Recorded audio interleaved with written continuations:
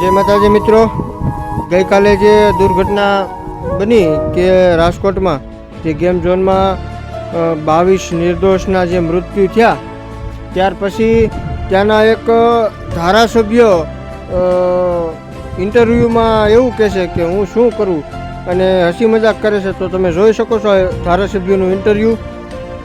એટલે આમાં તો હવે હું શું કહી શકું. હવે તમે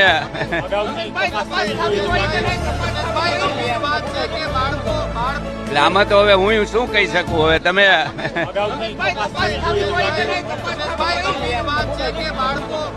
એટલે આમાં તો હવે હું શું કહી શકું. હવે તમે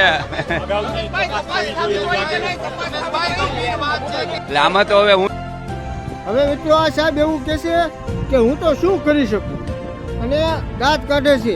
તો તમારથી જો કાંઈ થતું ન હોય ને તો રાજીનામા આપી દેવાય.